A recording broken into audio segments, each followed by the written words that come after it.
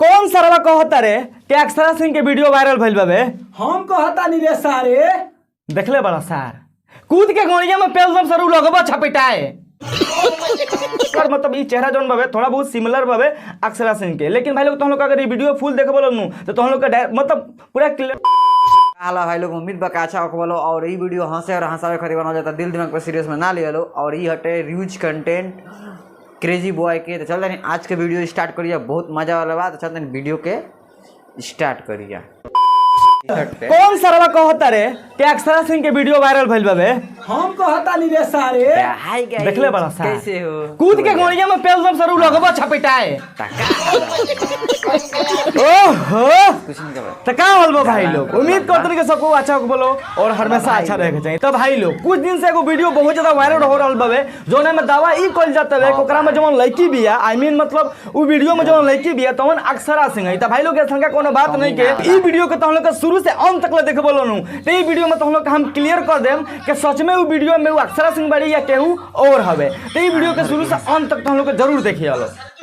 तो भाई लोग वीडियो स्टार्ट करने से पहले तुम लोग और एगो हम छोटा मोटा बात बतावल चाहत नहीं, मतलब जल्दी से तुम लोग को हम जल्दी से बतावे की कोशिश करते नहीं कि एक्चुअली भोजपुरी इंडस्ट्री में चल का रहल बा। देखो लो भाई लोग अभी के डेट में बहुत ज्यादा भोजपुरी इंडस्ट्री में कंपटीशन हो गइल बा, ठीक नु।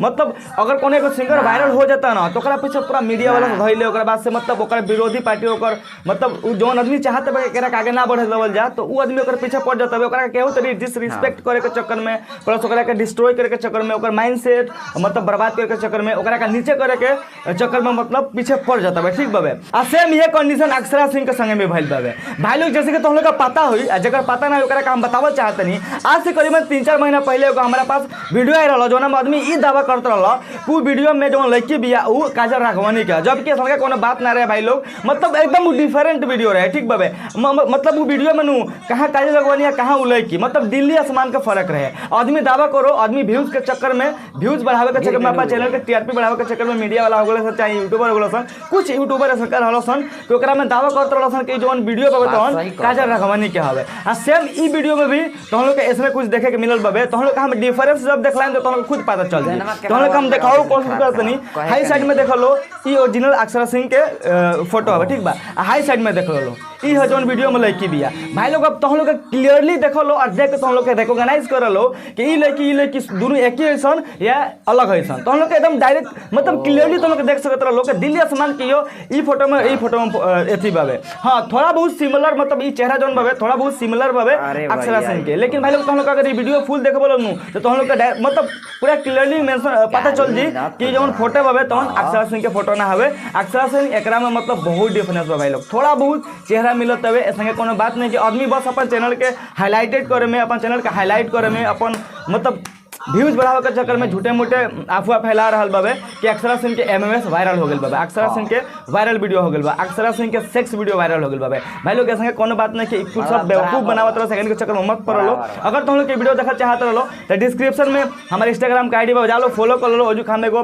पीडीएफ फाइल बना के तुम लोग अपलोड कर देम, ओजू से जाकर तुम लोग डाउनलोड कर सकत रहो, ठीक बा। आज जकरा का हम वीडियो ना दे सकम भाई लोग खराब मत पेलो, ठीक बा। तुम लोग खुद जाकर देख लो तुम लोग पता चल जी कि रियल में अक्षरा सिंह के फुटेज हवे ना कोनो तरह बेवकूफ बनावे के तुम लोग कोनो आदमी तुम लोग को बेवकूफ बने लेबा। और एगो बात तुम लोग से हम कह चाहते नहीं भाई लोग, ठीक बा। बहुत ज्यादा मतलब गर्मी हो रहा बा यार, लाइट नहीं के, ठीक नु तो समझ लो कि यार ऐसी काम हम नहीं करत तो यार बहुत ज्यादा गर्मी होता तो चेहरा सुअर से हमारा आई हुई वीडियो में तक के दिल पे मत लिया लो और खराब मत पे लो, ठीक बाबे।